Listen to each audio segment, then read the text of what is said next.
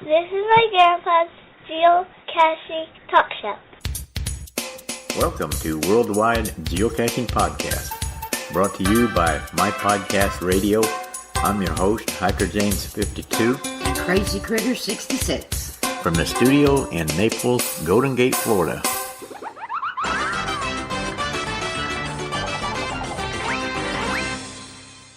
All right, here we are again this week with another messed up episode. Don't say messed up already. Hi, Crazy Critter. Hello. Last week, we're doing this episode 12 this week. And last week on our episode, we announced it as episode 12. Whoops. Which was only episode 11. I found that out after I posted it. A little late then, wasn't it? A little bit. So, this is episode 12. And it's still going to be a messed up episode, though. Shh. Don't say that. Oh, man. We kind of throwed everything together. It's going to work out, though. It definitely will. Yeah. We had a little complication Sunday. My son-in-law came over, and he just popped up and wanted to go fishing. Oh. Yeah. We didn't do our episode Saturday like we usually do to put out on a Monday. So anyway, we told him that we had to do our podcast. And that kind of threw us off for the day because we didn't have it put together yet.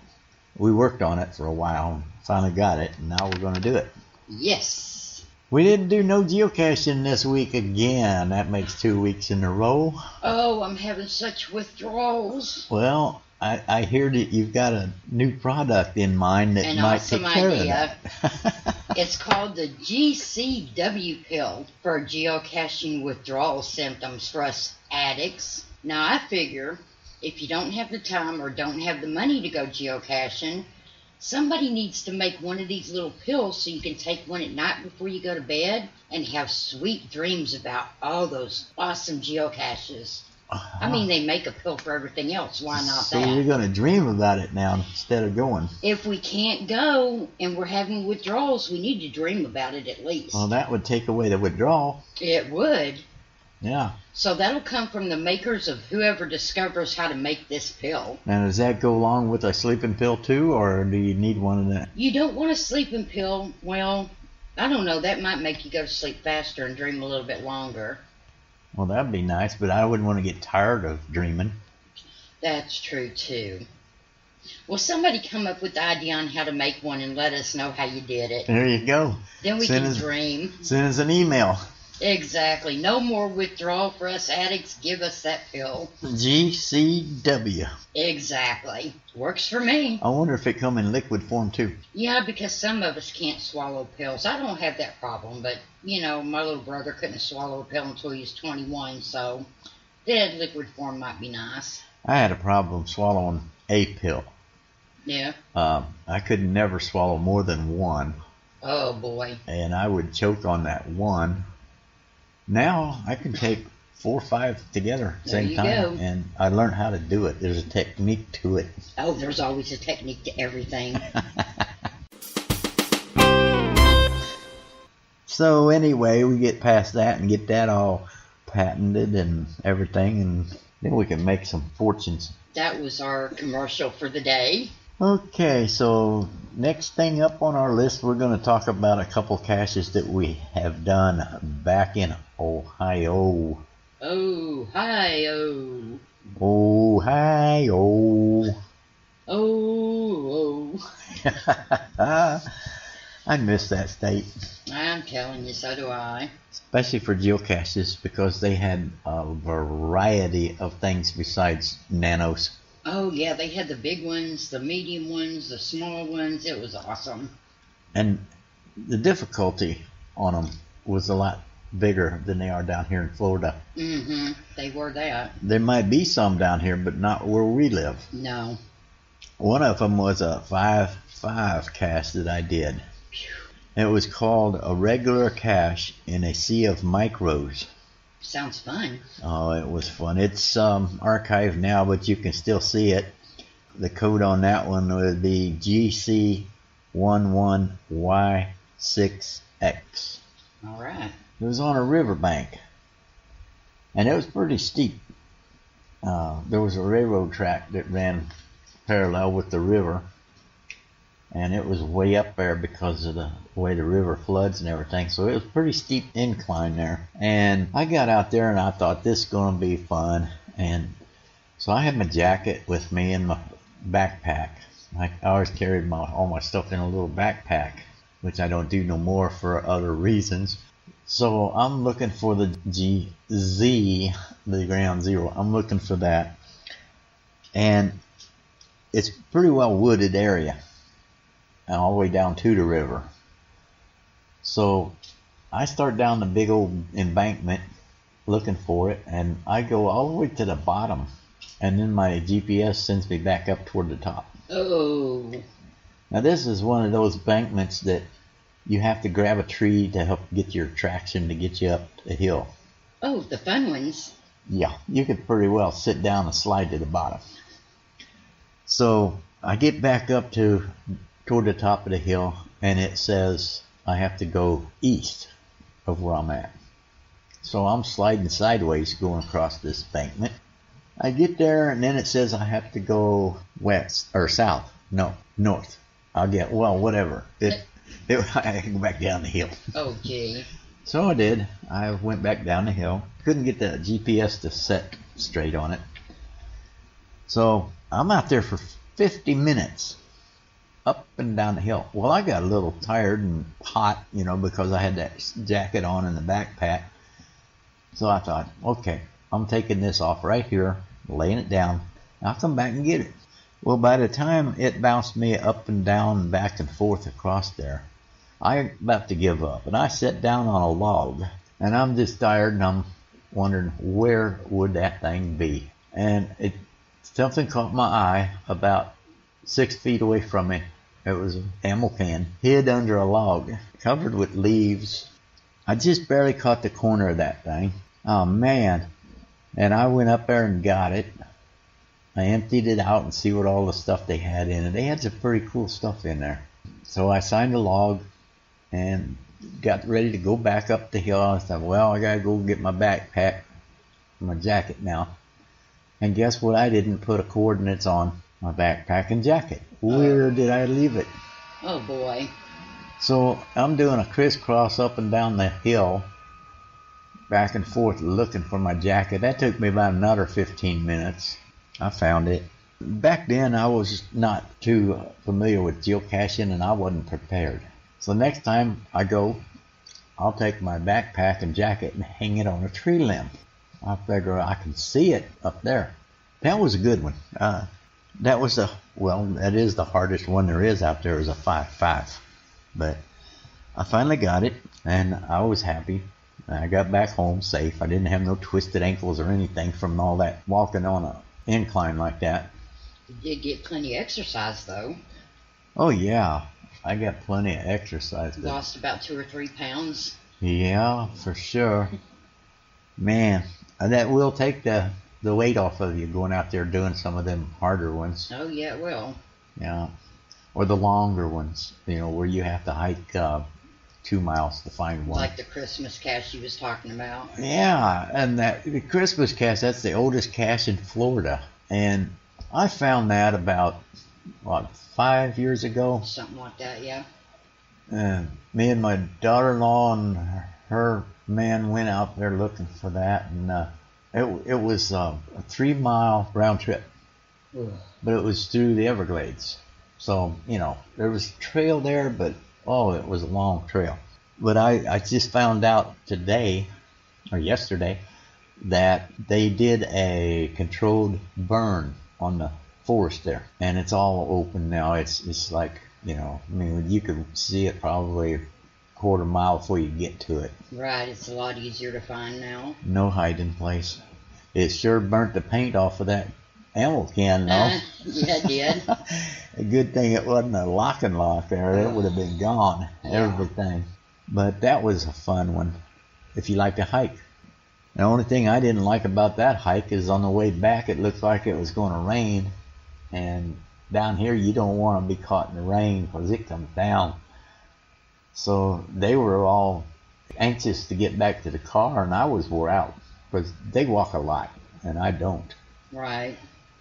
So I finally told him, I said, I can't keep up with you. Just go ahead and go back to the car and wait for me out. I don't mind getting wet. Not thinking that the car was locked. Well, not to mention, too, they're like almost 30 years younger than us. So, you know, for you anyway. Yeah, that's pretty close to hitting it on the head. Yeah. And they're twice as young as I am. So they have a lot more energy than we've got now. That was, can you pronounce her casting name? Budija. Budija. Mm-hmm. And his was? Son of Skeeter Swatter. Yeah, son of Skeeter Swatter. What name? I don't understand that name. I don't either.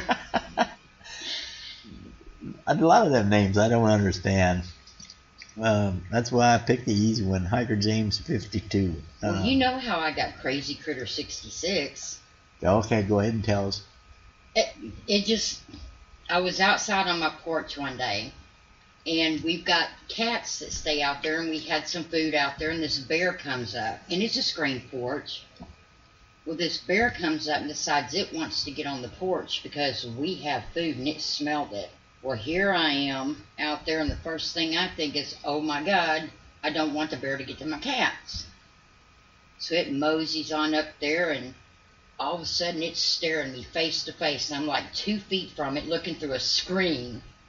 Smart me grabs a chair, and I'm beating the chair on the concrete, yelling at it, get out of here. Next thing you know, that thing is standing up, and it had to have been about 6 feet maybe standing up. And I'm looking at it just screaming, and it looks at me, gets down on all fours, and walks away. I tell Mom that the other day, and Mom says, you know, you're crazy. And that bear probably thought you was crazy too. And that's how I got Crazy Critter. Okay. That's a good one for how you get that name. I never thought about the bear coming through at me. All it would have had to do is go through the screen and I'd have been gone. All I thought was, you're not getting my kitty cats. Always grab somebody that you can run faster than them. Yeah, the bear won't get you, just trip them, huh? Just trip them, take off running. You're horrible. Okay, let's talk about Pelican Lake. Fun one. That was the one you want to talk about. That was GC7NHCE. And it was so easy, but we went 3 times. First time we went, his GPS kept taking us to the back of this building, and we could not find it anywhere. Well, we finally gave up on it and decided, okay, you know what, we'll go back later. We go back a second time, we had a little hint that said it was so far back we couldn't reach it, so we're thinking up under the rafters of this building somewhere. And this guy's standing over there watching us, and finally he comes over and says, you're geocachers. Yep. Well, I've been out here 2 times already, and I can't find it. Well, of course, we didn't find it the second time either. So we go back a 3rd time. I said, you know what? We're not leaving. If we spend 3 hours out here, we're not leaving until we find this thing. Because everybody was finding it after us. Right. Well, the GPS was wrong. It was not up in the rafters like we thought because the hint, it was somewhere else. And we finally found it. Thank God, because I was not going to leave there if I couldn't find it a 3rd time. 3rd time's a charm, and I wasn't going to leave. All right. Let's take a break. We'll be back after this commercial. E Geocaching Supplies is one of the largest EU suppliers of geocaching and Munsey products. We specialise in retailing geocaching items and Munsey products to the UK and international geocaching and Munsey markets. We stock a full range of geocaching products from geofossils to globetrotter tags and travel twins to exclusive and hard to find geocoins. We also stock a large selection of ready to place caches and an extensive selection of Munsey products. Find us at www.anygeocachingsupplies.co.uk. Okay, check them out. They're Northeast Geocaching Supplies. Look them up, check them out All right, let's talk about a trackable that looks interesting, but not. Oh, that one. It's called Nectar of the Gods, a trackable Marmite jar, and it's a Northeast Geo Supplies trackable. I'd never heard of Marmite before. I haven't either. I'm going to read the description here about the item. It says, English Marmite spread is a sticky, dark brown food paste with a distinctive, powerful flavor, which is extremely salty.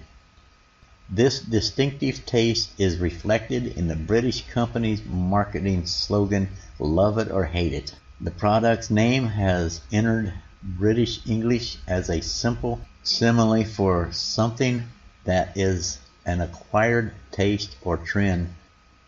And you know, I watched a video of that, and they was doing like a taste test, and not too many people like this. Well, that kind of scares me when it says acquired taste. Like head cheese. But anyway, they're sending this trackable out so people from other countries will get the idea of what it is, because it is a European product. You can buy it. I mean, I could get it through Walmart. Oh, yeah? But they order it Right. through some other company. It just arrived in Australia. Now, they sent this out from the UK, and it arrived in Australia on the 5th of February 2016. So soon after it was released in 2016 in the UK, it's going around now over there, and people are finding it. I mean, it's got like 23,000 miles on it. Wow. And it hit the UK or Europe there about 7 times, I think, and then shot straight over to Australia. So it's been making its rounds over there, and people are getting an idea of what this is. The GC on that one, if you want to look at it, or not the GC, but the TB, it's a trackable, and it has a jar, a little small jar of the Marmite, and the number on that is TB7H8DJ. Go up there and read about it and view it. It's went 23,602 miles. Right now it's in Australia in the common cache. So really, I'm going to have to try that, because I can eat just about anything. I'll second that one for you. I'll tell you what, this was put out by the owner of this trackable is the Lambs at 9, and he is also associated with Northeast Geocaching Supplies. He's the designer of their trackables and tags and everything. So anyway, I'm going to try it sometime, not too soon, but when I do, I'm going to put it on a video. Be my guest. Yeah. And you're alone on that one. I'm alone on that one, because I like stuff that people never heard of. Oh, and you like stuff I'd never think about eating. So there's only one thing in my life that I just can't eat, and that's liver, because it makes me sick. Too much iron in it, I think. I think so, because I can't take a vitamin with iron in them. Right. I have to be careful with my vitamins with iron. I think my body puts out more iron than what I'm supposed to have, the way it is. Possible. I can't have anything with iron, so liver is full of iron. All right, so here we back, talking about the next month's challenge. We did have a winner on the last month's challenge. Yes, we did. Yeah, and so we're getting that sent to him. That was Starcatcher. Yeah, Starcatcher. And congratulations, by the way. Again, yeah. And he's from Toledo, Ohio. Awesome. Yeah, so he's waiting for his trackable tag to get there. He said he was going to let me know when he got it. Okay. All we need on these to be a winner is to send us an email and proof of it. You know, take a little snapshot or something of your challenge and send it to us. And what we're going to do, we're going to wait the whole month, and if we only get one person, they're the winner. Right. If we get more than one person, we're going to do a drawing with... A random drawing with a randomizer. Yeah. Random drawing with a randomizer. And I'm going to try to do that live on my podcast radio or on Worldwide Geocaching Podcast page, somewhere in there. But we'll still notify the winner that he got it. We're just going to do the video to show that it wasn't rigged. Right. Yeah, a lot of people think that it's rigged when they lose. Yeah. So we're going to do that. And here's what the next challenge is. We want somebody with 3 caches with 4 or more favorite points on that cache. Okay, 3 or more on one cache. Yes. And you have to have 4 of them. 4 or more. 3 caches. 3 caches. With 4 or more favorite points on each cache. Okay, gotcha. Got me. Do y'all get me out there? Listeners. They should. Okay. Find 3 caches that have 4 or more favorite points for each cache of the 3 caches. All right. Well, that pretty much ends everything that we had wrote down on our notes. And we still got a little bit of time left here. So what else do you want to talk about? Well, I could talk about Bill's dream a little bit. Okay. Before you get into Bill's dream, let's talk about how they're going to get a hold of us. Oh, good idea. Yeah, I keep forgetting about that. For any information or for your challenge or anything, for the challenge, send us an email to mypodcastradio2018@gmail.com. Now, for any other information or comments or questions or whatever, you can send to that address also, or you can call us at 239-285-1574, or you can go to My Podcast Radio, and that is facebook.com/mypodcastradio, and you can leave a message on there. You can post something on there like Heidi or whatever, just do whatever. That's my podcast radio page. Mm-hmm. I have other ones that I'm not going to get into. Worldwide Geocaching Podcast group page. And I have a Anywhere USA Geocaching group page. But the one that we take more notice to is My Podcast Radio when we're doing podcasting. So that's how you could get a hold of us, either of them 3 ways. Okay, let's talk about Bill's dream. Okay, I sent this one out for Uncle Bill years ago. In its current goal, it says, I'm sending this TB out in memory of Bill Salisbury. He started his own company, B&B Towing, in Naples, Florida, and later moved it to LaBelle. He worked very hard every day of his life for 35 years in towing.